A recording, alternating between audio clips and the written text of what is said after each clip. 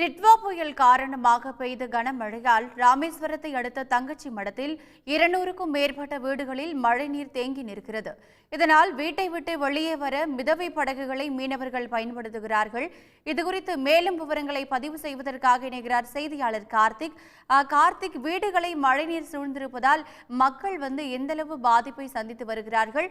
அவர்கள் அங்கிருந்து வெளியே வர வேறு எந்த மாதிரியான நடவடிக்கைகளை அவர்கள் கடைபிடிக்கிறார்கள்?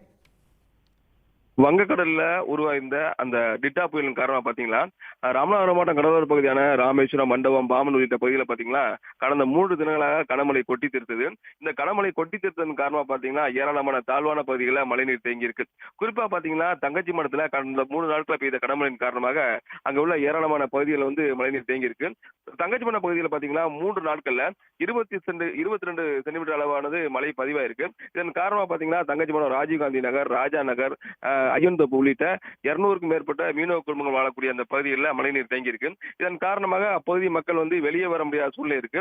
இடுப்பளவுக்கு தண்ணி இருப்பதன் காரணமாக அங்கு உள்ள மக்கள் என்ன பண்றாங்கன்னா, அந்த மிதவை போயா படகு பயன்படுத்தி வெளியே தங்களுக்கு தேவையான பொருட்களை வாங்கி செல்லக்கூடிய நிலைதான் இருக்கு. இது குறித்து அப்பகுதி மக்கள் என்ன தெரிவிக்கிறாங்கன்னா, மாவட்ட நிர்வாகம் உடனே தலையிட்டு அந்த தேங்கி நிற்கக்கூடிய மழைநீரை அப்புறப்படுத்த வேண்டும் என்பதே அப்பகுதி மக்களின் கோரிக்கையாக இருக்கு.